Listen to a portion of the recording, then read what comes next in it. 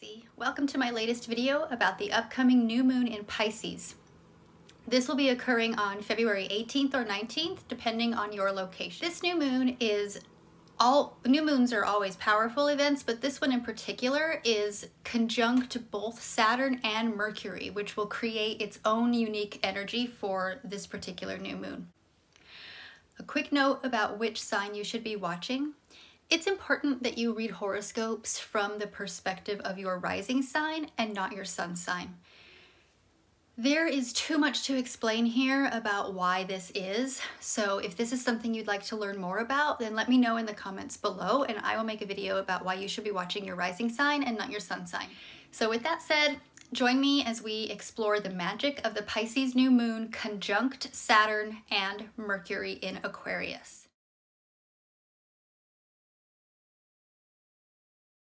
So let's get your chart set up.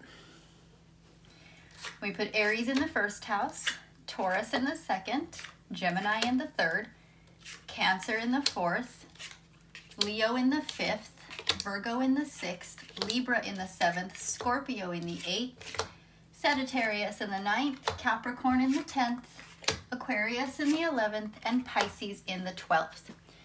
Now, when a new moon occurs, that means that the sun and the moon are on the same side of the earth. And so in this instance, they're in Pisces, which is your 12th house.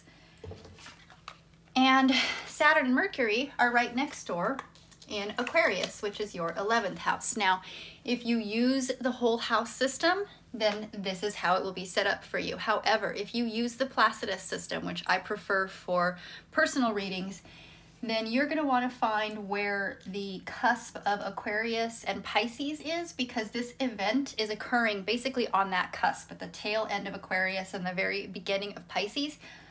And if you use Placidus house system, that cusp could be across two houses or it could be in the same house. So you'll want to read your birth chart and see where that Pisces Aquarius cusp is, and that's the house or houses that this event will be occurring for you, and you'll need to watch the appropriate video.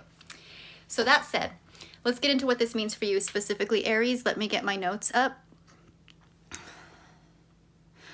Okay, so when a new moon occurs in your 12th house, this 12th house right here, that's the last house, this suggests new beginnings or fresh starts in areas related to your spirituality, really deep introspection, and exploring your subconscious.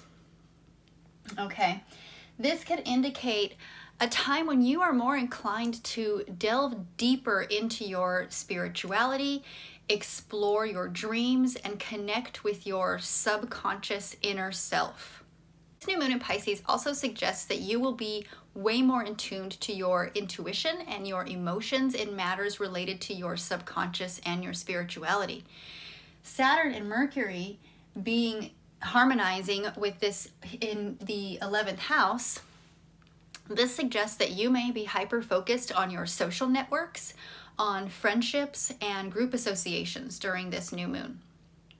Saturn is associated with structure and discipline and responsibility, while Mercury is associated with communication and intellect. So this aspect of all these planets harmonizing here may mean that you are particularly focused on establishing a solid foundation for social networks and communicating your goals to others, to these groups, to your group associations. Overall, this event, these four planets harmonizing here could indicate a time when you will be hyper-focused on finding unique and creative ways to explore your spirituality and to connect to your inner, deeper self, while also seeking to establish a foundation for those social networks and group associations that you may rely on for support.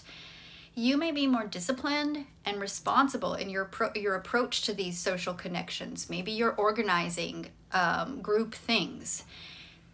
This Pisces new moon is also going to really bring out your intuition and your emotions in matters relating to your subconscious and spirituality. The 12th house is the last house before we start again in Aries. So this is the house where we kind of re-examine, reevaluate, and see what baggage do we want to get rid of before we move on into a whole new cycle. That is the focus of this transit, Aries, and that's all I have for you in this video. Please like and subscribe. Thank you for watching.